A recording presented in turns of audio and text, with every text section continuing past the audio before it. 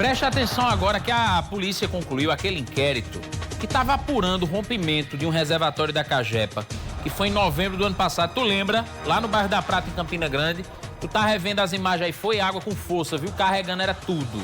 Inclusive derrubou casas, uma pessoa morreu por conta do rompimento desse reservatório.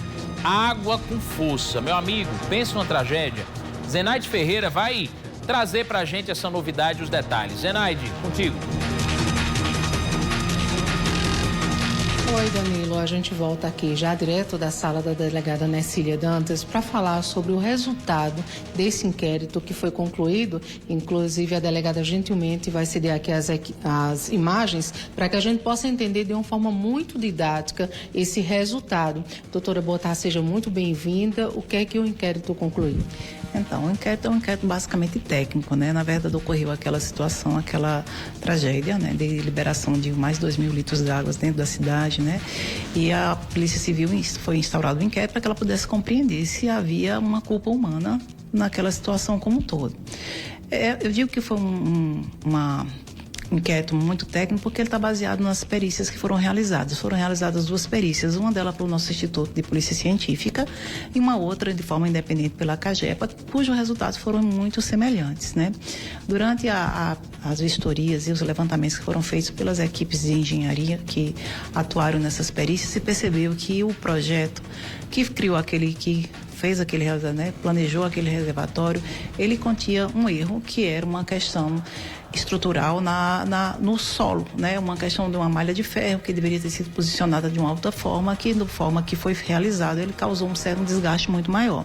Mas o segundo ponto que foi concluído pela perícia é que o reservatório ele foi projetado para ter um anteparo naquele muro que veio a ceder. Um anteparo ele teria que ser enterrado quase 4 metros de profundidade e estava sobre o solo, né, à frente do solo, de forma que quando a falha do solo ocorreu, né, liberando a água, não havia anteparo que segurasse o muro, fazendo com que ele cedesse de uma vez só, que é algo que as testemunhas também confirmaram, de que o muro cedeu de uma única vez, causando aquela liberação imensa de água, né, que por fim acabou dando óbito para Dona Maria do Socorro. Com relação à imputação penal de algum gestor da Cagepa, não foi possível, porque se comprovou que nenhum deles deu causa ao colapso em si. O colapso, ele de certa forma havia um vício oculto ali naquela construção, né, inerente, que podia ter ocorrido há muito tempo, cujas duas, segundo a perícia e o laudo, as causas são realmente estruturais, são realmente falhas na estrutura causadas tanto pelo projeto como pela execução do projeto. E o nosso Código Penal, ele diz que a gente não pode atribuir culpa a quem não deu causa ao evento.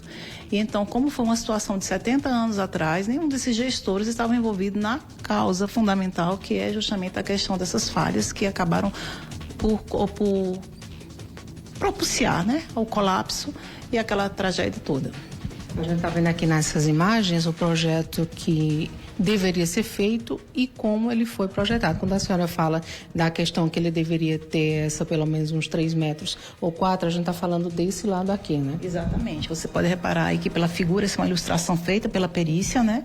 Então você percebe que ele devia ter uma profundidade de 4 metros. E ali tem não sei se o público está conseguindo ver, tem um anteparozinho que faz com que indica que se por acaso a gente tivesse esse anteparo, e mesmo que comece o vazamento por onde começou, segundo as perícias, que foi pelo solo, tivesse feito alguma quebra, seria uma quantidade, um volume muito menor de água que seria liberado de uma vez só. Então, daria tempo de agir, né, e se evitar.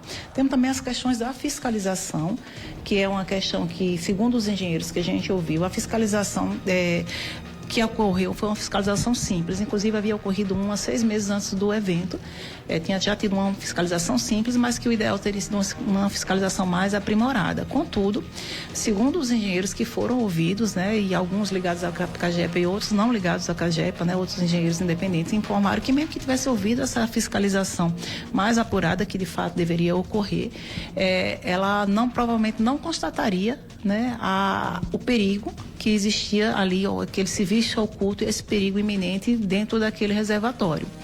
Então, de forma que, assim, que a gente entende que houve realmente uma negligência da Cagepa, mas sem que essa negligência possa ser imputada pessoalmente a um gestor A ou B.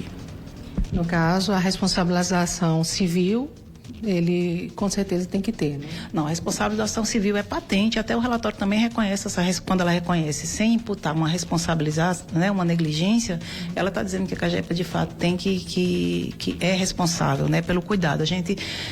No mundo moderno, a gente trabalha com muitas atividades de risco, né? Quem executa atividades de risco, de fato, tem responsabilidade de evitar os danos, uma responsabilidade objetiva e civil, certo? Que algumas vezes vai decorrer também de uma imputação penal, de uma responsabilidade penal, e outras vezes não. Nesse caso, a Polícia Civil entendeu que não houve essa responsabilidade penal, mas a responsabilidade civil ela é bem patente, ela também foi citada no relatório.